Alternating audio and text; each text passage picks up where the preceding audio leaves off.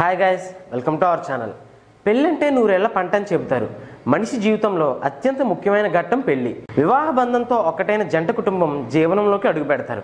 వాళ్ళకు పిల్లలు కూడా కలగడంతో ఒక పరిపూర్ణత కూడా ఏర్పడుతుంది. ఏ సమాజంలో అయినా వ్యవస్థకు ఇదే నాంది. ఇక పెళ్ళంటే ఇష్టం లేని వాళ్ళు చాలా తక్కువ మందే ఉంటారు.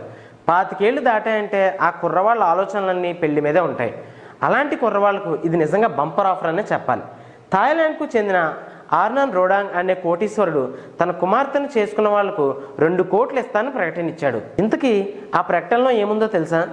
నా కుమార్తె కర్నిష్ఠా వయసు 26 సంవత్సరాలు. ఆమెకు బాయ్ ఫ్రెండ్స్ అంటూ ఎవరూ లేరు. ఇప్పటి వరకు నా కూతురికి ఎన్నో సంబంధాలు చూసినా ఆమె ఎవరికీ నచ్చడం లేదు. అందుకే ఈ ప్రకటన ఇస్తున్నాను.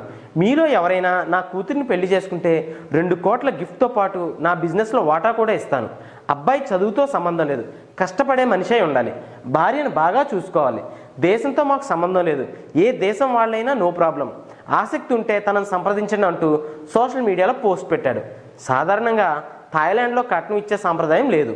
పెళ్లి కొడుకు తరపు వారే పెళ్లి కూతురికి ఎదురు కట్నం ఇవ్వాల్సి ఉంటుంది. అయితే ఈ సాంప్రదాయాన్ని కూడా కాదని తానే కట్నం ఇస్తానంటూ రోడాంగ్ సంచలన ప్రకటన చేశాడు.